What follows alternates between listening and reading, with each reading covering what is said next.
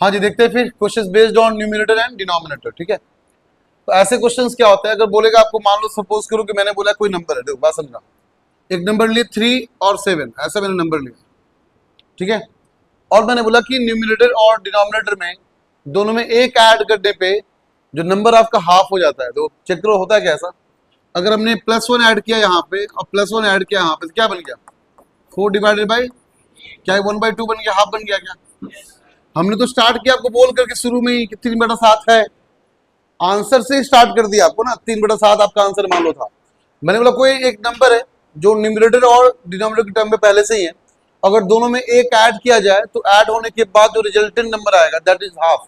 ठीक है, तो वो चेक करो, हाफ बन गया हमारा। तो ऐसे क्वेश्चन में क्या करना है, देखो यहाँ पे तो सिंपल एग्जांपल आपको दिए, क्वेश्चंस को थ्रू आउट अच्छे से वहां पढ़ो तरीके से, उसके लैंग्वेज को समझो क्या बोलना चाह रहा है। देखो जब तक मैथ के क्वेश्चन को 2 बार नहीं पढ़ रहे हो, टाइम पास कर रहे हो, हमेशा मैथ के क्वेश्चन को 2 बार पढ़ो। कभी कभी क्वेश्चन का आंसर क्वेश्चन नहीं होता है, तो प्रॉपर तरीके से क्वेश्चन को समझो क्या बोलना चाह रहा है क्वेश्चन आपका, और चेक करो कि न्यूमरेटर में ऐड करने बोल रहा है कि डिनोमिनेटर में, या फिर बोलेगा दोनों इक्वल ऐड करें, या बोलेगा ऐड करने के बाद डबल हो गया, या बोल देगा numerator is half the of the denominator, या बोल देगा numerator is double of the denominator, ऐसा ही पॉसिबिलिटी है। वो कॉन्सेप्ट, वो लॉजिक तो आपके क्वेश्चंस के पढ़ने के तरीके पर डिपेंड करता है। ठीक है, बट बेसिक लॉजिक ये है कि जब भी ऐसा क्वेश्चन आ जाए तो सबसे पहले हम ये मानकर चलेंगे, let the numerator is x and denominator is y। ठीक है, हम ऐसा मान के चलेंगे कि न्यूमरेटर को x मान लिए और डिनोमिनेटर को y मान लिए। अब क्वेश्चन को पढ़ो क्या बोल रहा है ऐड करने, क्या बोल रहा है सब्ट्रैक्ट करने। मान लो बोला कि, मान लो क्वेश्चन में बोला कि न्यूमरेटर में एक ऐड करने पे, ठीक है, एक ऐड करने पे ये जो आपका नंबर होगा ये हो जाएगा, मान लो 5/8 हो जाएगा, कितना आ जाएगा, 5/8। ये पहला इंफॉर्मेशन। ठीक है, नेक्स्ट आपका इंफॉर्मेशन ऐसे गिवन है कि फिर से एक मान लो एक नंबर लिया, x बाई रैशनल नंबर लिया, फ्रैक्शन नंबर लिया आपका x/y।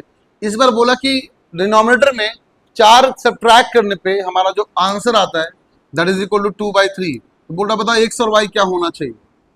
ठीक है, तो सबसे पहले क्या करना है, ऐसे क्वेश्चन में x और y का रिलेशन निकालो। रिलेशन करने मतलब इसको सॉल्व करो प्रॉपर तरीके से, क्रॉस मल्टीप्लाई करेंगे तो क्या हो जाएगा बताना, 8x + 8 is equal to 5y, या फिर लिखेंगे इसको इधर भेज दो, 8x - 5y is equal to -8। Yes और नो, कोई दिक्कत। सिमिलरली यहां पे भी कर लेते हैं, ऐसे सॉल्व होगा, क्या हो जाएगा, 3x इक्वल टू 2y - 8। इसको भी इधर भेजो, क्या हो गया आपका, 3x - 2y is equal to -8। ये हो गया सेकेंड इक्वेशन, और ये हो गया हमारा, चलो किसी को फर्स्ट मान लो, सेकंड मान लो, कोई दिक्कत नहीं है। अब बता, 2 इक्वेशन 2 वेरिएबल। अब ऐसे क्वेश्चंस करने कितने तरीके समझा आपको, 4 तरीका। कौन सा मेथड था हमारा, elimination method, substitution method, graphical method and cross multiplication method. अगर 4 मेथड पता है, 2 इक्वेशन है, किसी मेथड को अप्लाई करो, x और y निकालो, that is the required answer. इतना ही करना। टाइप 2 में न्यूमरेटर एंड डिनोमिनेटर के बेसिस पे क्वेश्चन आपको मिलेंगे, जहां इंफॉर्मेशन गिवन रहेगा, और इन्फॉर्मेशन को अच्छी तरीके से रीड आउट करने के बाद समझो क्या बोल रहा है, किसको ऐड करने बोल रहा है, किसको सब्ट्रैक्ट करने बोल रहा है। ऐड सब्ट्रैक्ट करने के बाद इक्वेशन क्रिएट करो, 2 इक्वेशन 2 नोट बनाओ यहाँ पे, और किसी 4 मेथड को अप्लाई करो, आंसर निकालो। यही आपका तरीका है, इसके अलावा कोई और तरीका यहाँ पे नहीं। क्लियर, होप करते बेसिक सबको समझ में आ गया होगा। क्या किसी बच्चे को बेसिक में डाउट है, दोबारा पूछ ले मेरे से। एनीवन, क्या यहाँ पे किसी बच्चे को बेसिक में डाउट हो रहा है सर कि आपने कैसे पता क्या किसको करना है, एक्स वाई मानना है। क्वेश्चन पहले ही बोल रखेगा कि लेट न्यूमरेटर आपका है, एक डिनोमिनेटर आपका यहाँ पे, क्या ऐड करना है, क्या सब्ट्रैक्ट करना है, बाकी इंफॉर्मेशन गिवन रहेगा। तो अगर समझ में आ गया तो क्वेश्चन कर लेते हैं एनसीईआरटी का। ठीक है, देना बुक। आपको जैसे ये चैप्टर लाइट फिजिक्स का लाइट खत्म होगा, इसका चैप्टर 3 खत्म होगा, आपको हम 6-7 डीपीपी देंगे, आपको हम सारा डीपीपी सॉल्व करना है डेली बेसिस पे, बट चैप्टर खत्म होने के बाद देंगे, अभी नहीं देंगे। डीपीपी मतलब डेली प्रैक्टिस पेपर।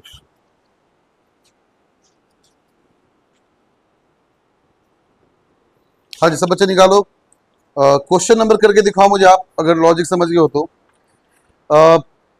3.2 का तीसरा का 5वां क्वेश्चन, 3.2 का तीसरा का 5वां question and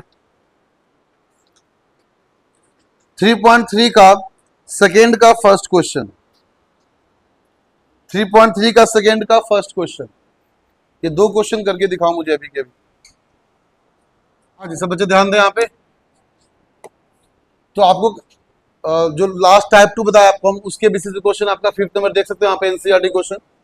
a fraction becomes 9/11 if 2 is added to both the numerator and denominator. Correct. तो बोला फ्रैक्शन कितना हो गया आपका, इक्वल टू 9/11। कब?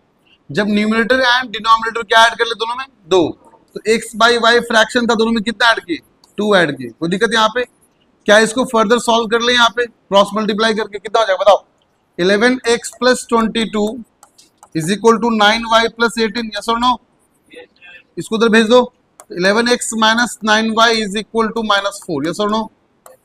बोलो भाई जल्दी बोलो, कितना हो गया क्वेश्चन? फर्स्ट है कि नहीं है? नेक्स्ट क्वेश्चन बोलो कितना हो गया। If 3 is added to both the numerator and denominator, कितना x और ये y, कितना ऐड करने बोला, ये भी कितना कितना हो जाएगा 5/, फिर क्या क्रॉस मल्टीप्लाई कर ले, क्या करो तो कितना हो जाएगा 5x क्या 6x, 6x + 18 is equal to 5y plus, तो कितना हो गया 6x - 5y इक्वल टू कितना -3। दो इक्वेशन दो अननोन, क्या आपने सॉल्व किया? अरे बोलो किया कि नहीं किया? तो दो इक्वेशन दो अननोन सॉल्व किए, कितना आंसर आया बताओ मुझे एक बार, कितना आया? x कितना आया 7 और y 9। चेक कर लेते एक बार, देखो पुट करो x 7 और y 9। करेक्ट। देखो 6 7 जार 42 और 5 9 जार 45। 42 - 45 इक्वल टू कितना हो गया -3। करेक्ट है। इसका मतलब जो फ्रैक्शन हमारा था x/y के फॉर्म मान के चल रहे थे हम लोग, कितना हो गया ये 7 और ये कितना है 9। This is required answer. Find the fraction तो बोला, तो फ्रैक्शन कितना हो गया 7/9। चमका नहीं चमका? अकॉर्डिंग टू सिचुएशन आगे बढ़ते, जैसे बोलेगा वैसे करेंगे। मैंने बोला क्वेश्चंस को पहले 2 बार रीड आउट करो अच्छे से। क्वेश्चंस का आंसर क्वेश्चन में ही होता है, ठीक है। दोबारा, if we add 1 to the numerator and subtract 1 from the denominator. देखो फ्रॉम का मतलब क्या होता है, पहले डिनोमिनेटर वैल्यू देखेंगे उसमें 1 सब्ट्रैक्ट करेंगे, ठीक है। चलो बोलो, इफ वी ऐड, मान लेते पहले क्या न्यूमरेटर आपका x एंड क्या आपका डिनोमिनेटर y, पहले मान लेते हैं। If we add 1 to the numerator, कर लिए 1 ऐड, कोई दिक्कत? And subtract 1 from the denominator, ये रहा डिनोमिनेटर, इससे हम 1 सब्ट्रैक्ट किए, कर लिए subtract. And fraction reduces to 1। Fraction कितना हो गया आपका, कितना हो गया आपका 1 हो गया। सॉल्व कर ले, बताओ सब बच्चे कितना हो जाएगा। x + 1 is equal to y - 1। भेज ले इधर, हो जाएगा x - y इक्वल टू -2। क्या फर्स्ट इक्वेशन मिल गया हम लोग को? अरे बोलो कोई दिक्कत? अरे बोलो। हाँ नेक्स्ट आपका है फिर, it becomes 1/2 if only add 1 to the denominator. तो बोल रहा है इट बिकम्स 1/2, 1/2 बन जाएगा कब? अगर सिर्फ डिनोमिनेटर में एक ऐड किया जाए, मतलब न्यूमरेटर में कोई छेड़छाड़ नहीं करना है, तो डिनोमिनेटर में एक ऐड किए बन गया 1/2। क्लियर? क्रॉस मल्टीप्लाई कर लो, 2x equal to y + 1। So y को भेजते लेफ्ट की तरफ, क्या होगा 2x - y is equal to 1। ना दो इक्वेशन और दो अननोन, कितने मेथड करने हैं सॉल्व? 4 मेथड। कौन सा? Elimination, substitution, graphical and cross multiplication. ये चारों मेथड आपको बहुत प्यार समझा चुके हैं, अच्छे समझा चुके हैं। चारों में कोई भी एक अप्लाई करो और निकाल लो आंसर कितना। कितना आंसर आया बोलना? x आपका 3 आया, y कितना आया? चलो चेक कर लेते सही गलत। देखो x 3, 3 2 जार 6, 6 - 5 1, सही इसका मतलब इसका आंसर, ठीक है। तो फ्रैक्शन बन गया आपका 3/5 इज द आंसर। चमका? कोई दिक्कत? So type 3 questions. धीरे धीरे हम लोग मंजिल के करीब पहुंचते जा रहे हैं, चैप्टर को एंड करने पे पहुंचते जा रहे हैं। और जैसे चैप्टर एंड होगा इतना श्योरिटी आपको देंगे कि फ्यूचर में बोर्ड में कहीं भी इस टाइप क्वेश्चन देखेगा पहले खुश होकर क्वेश्चन करोगे, क्योंकि ऐसे क्वेश्चन ही मार्क्स उठाते 5 मार्क्स के आते हैं। और इसमें कॉन्फिडेंट आएगा बच्चा, खुद ब खुद अच्छा मार्क्स लेके आता है। तो टाइप 3 आप लिखो river and boat problem, speed problem लिखो, रिवर एंड बोट प्रॉब्लम और स्पीड प्रॉब्लम।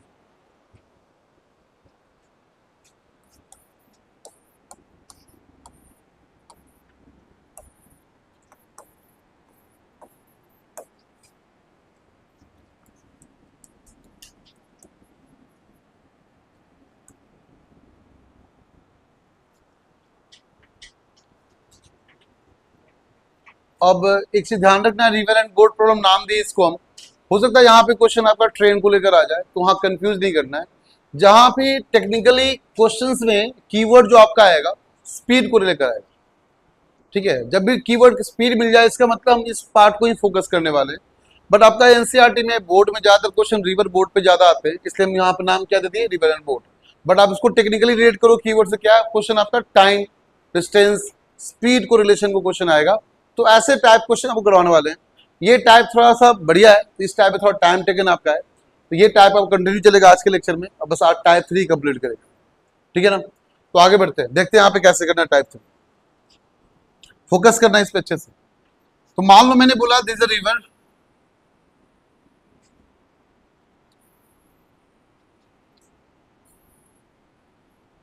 और यहां एक बोर्ड बना देते हैं हम,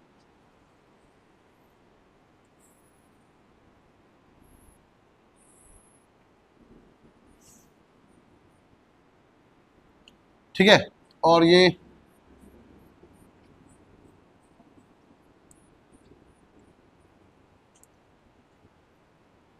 ठीक है, ये बोट हो गया आपका, और ये आपका रिवर।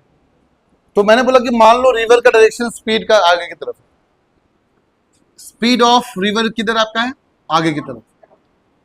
तो मान लेते हैं speed of river is you, कितना मान लिया हम, यू मान लिया। बोट का स्पीड कुछ मानना पड़ेगा, कितना मान ले, वी मान लेते हैं। क्या मान लिए, V. If the speed of boat is V, अच्छे से देखना समझना बातों को। नाउ अगर रिवर एंड आपका बोट दोनों सेम डायरेक्शन में होगी, स्पीड को सब्ट्रैक्ट करोगे ऐड करोगे, पहले बताओ। Moving in same direction, add क्या करेंगे, ऐड क्यों करेंगे, बिकॉज अगर बोट आपका रिवर के डायरेक्शन में जाएगा तो एक तो बोट का स्पीड हुआ उसके अंदर, और रिवर भी उसको हेल्प कर रहा आगे बढ़ने में, दोनों स्पीड क्या हो जाएगा, ऐड हो जाएगा। Moving in same direction,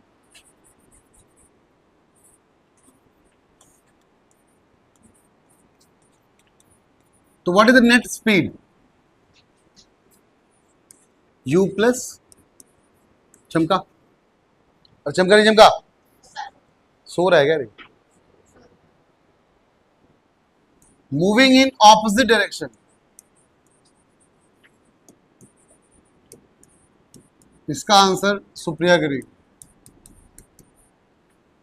moving in opposite direction, मुझे बताओ यहाँ पे क्या होगा स्पीड, नेट स्पीड सब्ट्रैक्ट हो क्या होगा, नेट वैल्यू बताओ। जैसे मैंने यहाँ लिखा ना u प्लस वी, तो यहाँ क्या लिखोगे, हाँ। और कोई यहाँ पे है जो आंसर को चेंज करना चाहता हो, विच ब्लॉक्स, वी माइनस, तो बच्चा वी माइनस वी बोल रहा है। और कोई यहाँ पे है जो उसको चेंज करना चाह रहा हो, V minus U A option, V और यू माइनस बी आपका ए ऑप्शन है, बी ऑप्शन। कितने बच्चे ए ऑप्शन को सही मान के चल रहे हैं, हाथ उठाओ। कितने बच्चों को लगता है ए ऑप्शन करेक्ट है, कितने बच्चों को लगता है बी ऑप्शन करेक्ट है, बाकी घास चढ़ने आएगा रे, हाँ क्या लगता है तुमको, ए, तो हाथ क्यों उठाए, हाँ तो बताओ सुप्रिया यू माइनस बी क्यों होगा, पहले सोचो अच्छे से। बोट का स्पीड कितना है, रिवर का स्पीड कितना है, अगर बोट का स्पीड ज्यादा होगा तभी तो आगे बढ़ पाएगा, हाँ। अगर किसी चीज को मूव करना हो, लाइक मैंने किसी ब्लॉक को धक्का लगाया, फोर्स अप्लाई किया, अगर मेरा फोर्स अप्लाइड फ्रिक्शन फोर्स से ज्यादा हुआ तभी ब्लॉक आगे मूव कर पाएगा, सिंपल सी बात है। अगर बोट पे आपका है, रिवर भी आपका है, तो रिवर मान लो आगे जा रहा है, बोट मान लो पीछे आ रहा है, बोट आगे कब आ पाएगा, जब बोट का स्पीड ज्यादा कि रिवर का स्पीड ज्यादा। तो क्या होना चाहिए, किसका स्पीड ज्यादा होना चाहिए, बोट का, तो V minus C, Q minus B. चमका, ये क्या हो जाएगा, u माइनस वी का मतलब हुआ कि बोट आपका आगे बढ़ ही नहीं पा रहा है, अभी पीछे ही जा रहा है। अगर बोट को आना है आगे तो बोट के स्पीड को ज्यादा होना पड़ेगा, और ज्यादा होने का मतलब इसका आंसर पॉजिटिव होना पड़ेगा। अब पॉजिटिव होने के लिए बोट का स्पीड ज्यादा, रिवर का स्पीड कम होना पड़ेगा। क्या यहाँ पे किसी बच्चों को डाउट है लॉजिक में यहाँ पे कि v माइनस यू क्यों होगा, u माइनस v क्यों नहीं होगा? देखो चीजों को आराम आराम से क्यों बढ़ा रहे हैं ताकि तुम्हें समझ में आए, फील आए कि v माइनस यू करना है कि u माइनस v करना है। क्लियर आए बात समझ में? चलो ठीक है। तो अभी तक हमने क्या निकाला? हमने निकाला एक बार मूविंग इन सेम डायरेक्शन, एक बार निकाला moving in opposite direction. So opposite direction में इस बात का ध्यान रखना। देखो रट्टा मत मारो v माइनस यू। मान लो क्वेश्चन में ऐसा मेंशन कर दिया let the speed of boat is u and the speed of river is v, तो उस टाइम पे क्या हो जाएगा u माइनस। रट्टा मत मारो, चीजों को समझो, कॉन्सेप्ट को समझो कि जो आप ऐसे बोलो कि बोट वाला स्पीड माइनस रिवर वाला स्पीड। ऑपोजिट में क्या बोलना है इसको आपसे? बोट वाला स्पीड माइनस रिवर वाला स्पीड। इससे क्लैरिटी रहेगी ना। एक्स वाई कर दिया, वी यू कर दिया, कुछ भी पी क्यू कर दिया, उससे मतलब को नहीं है। मुझे मतलब कॉन्सेप्ट से आपने समझा कि नहीं? यहाँ पे अगर बोट को आगे जाना तो ऑब्वियस सी बात है बोट वाला स्पीड ज्यादा होना चाहिए, रिवर स्पीड कम होना चाहिए। बट अगर सेम डायरेक्शन है दोनों को ऐड कर लो। अब ऐड कैसे भी करो, 2 + 3 5 होता है, 3 + 2 भी 5 ही होता है। तो u + v करो या v + u करो, यहाँ पे कोई डिफरेंस नहीं, दोनों क्या है यहाँ पे। चमका नहीं चमका? डाउट किसी बच्चे को? अब थोड़ा मेन कॉन्सेप्ट आता है, इस क्वेश्चन को थोड़ा और अच्छा से आगे तक डिलीवर करते हैं। पहला पार्ट, फर्स्ट पार्ट आपके लिए क्लियर हो गया कि अगर बोट और रिवर क्वेश्चन आएगा तो दोनों सेम डायरेक्शन, तो u + v, ऑपोजिट डायरेक्शन तो बोट वाला स्पीड माइनस रिवर वाला स्पीड। नाउ नेक्स्ट पार्ट, अगर यहाँ स्पीड की बात कर रहे हैं, करेक्ट, यहाँ टाइम की बात होगी। ऑब्वियसली बात है बोट को रिवर को क्रॉस करने में कुछ टाइम लगेगा या फिर डेस्टिनेशन पहुंचने में कुछ टाइम लगेगा, कुछ डिस्टेंस भी उसके पास होगा। तो मान लो आने जाने का डिस्टेंस तो हमेशा सेम ही होता है ना। अरे बोलो कोई दिक्कत? अरे मैंने बोला कि बोट को यहां से यहां जाना है, क्या ये कभी दुनिया में चेंज करेगा? करोड़ साल के बाद भी यही रहेगा।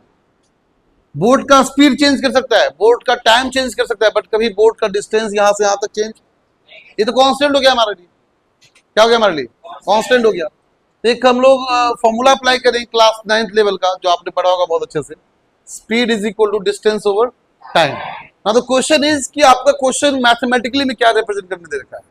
ऐसे बोल देगा कि मान लो जाते टाइम और आते टाइम, दो टाइम दे रखा है। बोल देगा मान लो जब लौटा मतलब यहां से ए से बी जा रहा था, मान लो, अच्छे समझना, जब ए से बी जा रहा था उसको 3 घंटा लगा, ठीक है, और बी से ए गया तो 5 घंटा लगा। कितना घंटा? 5 घंटा। तो आप मुझे बताओ इक्वेशन में कैसे रिप्रेजेंट करेंगे? बताओ जाते टाइम आते टाइम क्या डिस्टेंस इज सेम? हाँ सेम है क्या? तो कैसे रिप्रेजेंट करेंगे इक्वेशन, इसको बताना। स्पीड इक्वल टू क्या होता है? Distance over time. डिस्टेंस तो कांस्टेंट हो गया है कि नहीं? तो टाइम कैसे रिप्रेजेंट करोगे? डिस्टेंस ओवर, कोई दिक्कत? तो मान लो यहां से यहां जाते टाइम उसको लगा आपको 3 घंटा, कितना लगा? तो क्या बोलेंगे डिस्टेंस? तो क्या मान ले? एक्स मान ले, एक्स मान ले। स्पीड कितना लगा जाते इधर आते टाइम, बताना। u प्लस, कोई दिक्कत? इक्वल टू कितना कर ले? 3 कर ले। क्या पहला क्वेश्चन क्लियर सब क्लियर? क्या फर्स्ट इक्वेशन क्लियर है? जब बोट रिवर के डायरेक्शन में चल रहा था डिस्टेंस डी है, एक्स मान ले डिस्टेंस को हम, स्पीड कितना u प्लस, टाइम कितना लगा? 3 आवर्स। अब बोट लौटते टाइम 5 घंटा लगा, तो तुम मुझे बताओ कि कैसे लिखोगे? एक्स तो वही रहेगा आपका v minus you equal to, चमका नहीं चमका? अरे बोलो कोई दिक्कत? चमका ना? ये क्वेश्चन बहुत ही सिंपल टाइप का होती है। दो इक्वेशन, दोनों एक्स तो कैंसिल हो जाएगा डायरेक्टली। डिस्टेंस आपको मान लो क्वेश्चन में गिवन रहेगा, हम तो बोले आपको ना कि एक्स मान लेते हैं, बोल देगा 5 किलोमीटर, 6 किलोमीटर, 1 किलोमीटर, कुछ भी बोल देगा आपको। डिस्टेंस तो मान लो गिवन रहे क्वेश्चन में, तो बचा कितना? यू एंड दो इक्वेशन, दो अननोन, क्रॉस मल्टीप्लाई करके फिर से आंसर निकाल लेंगे। तो ये हुआ सबसे सिंपलेस्ट क्वेश्चन इस टाइप का। बट ये क्वेश्चन कभी सिंपलेस्ट में आपका अगर आएगा तो ऐसा ही आएगा, लेकिन कभी कभी क्वेश्चन ऐसे होते हैं कि गया वापस आया, पूरा टाइम बताएगा इतना टाइम लगा। बात समझे क्या बोलना चाह रहे हैं? जाने का फिर आने का पूरा एक ही क्वेश्चन बनाना है आपको। क्लियर? तो जाते टाइम क्या होगा? u प्लस, आते टाइम क्या होगा? v minus. चमका? तो कोई दिक्कत यहाँ पे?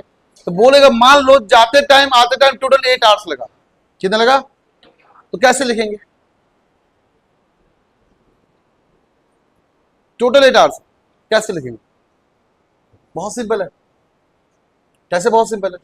मैंने बोला जाते टाइम आते टाइम टोटल 8 आवर्स लगा, 5 किलोमीटर का डिस्टेंस था, तो बोलेंगे 5 बाई, देखो आप समझो बात को, 8 आवर्स लगा ना, टाइम लगा, बात समझना क्या करने जा रहे हैं।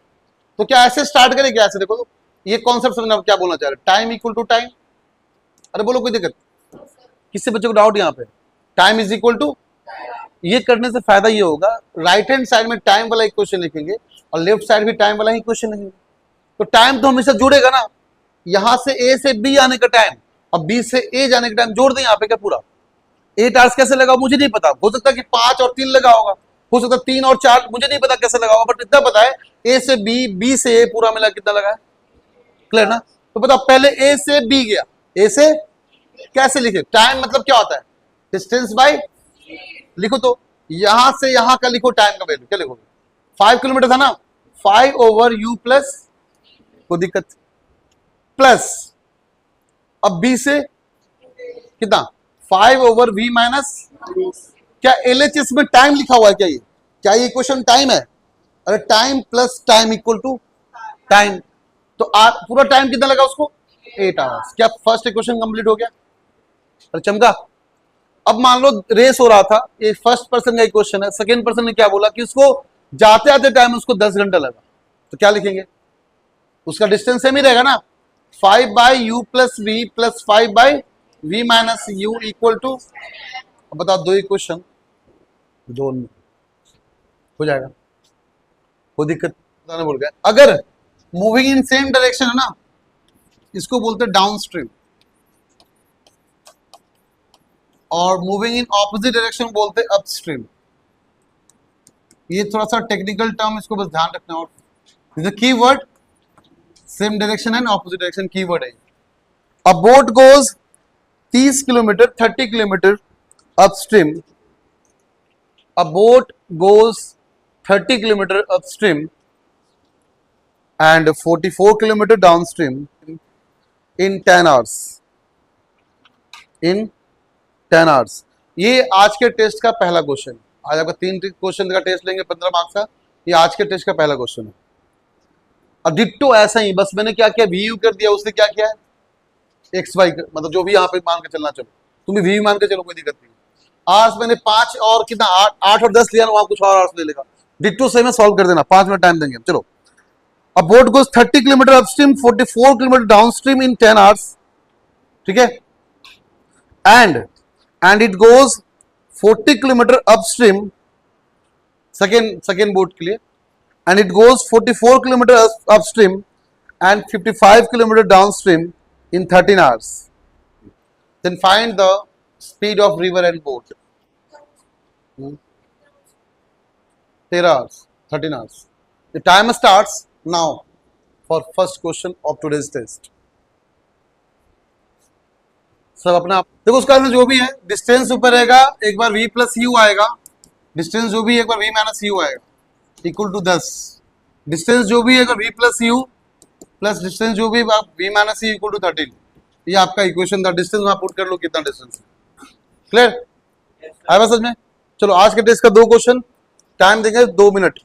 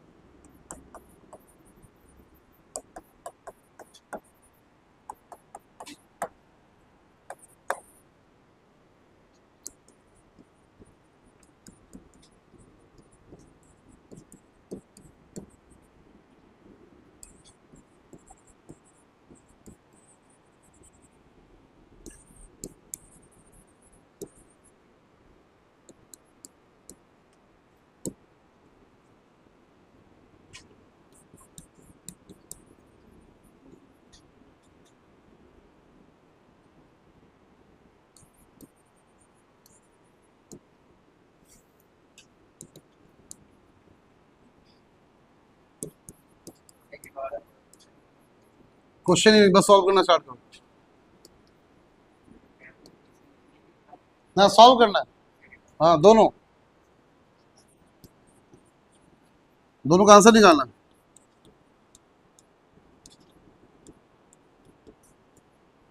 Time starts now. अंश का 8 मार्क्स है, ठीक तो है।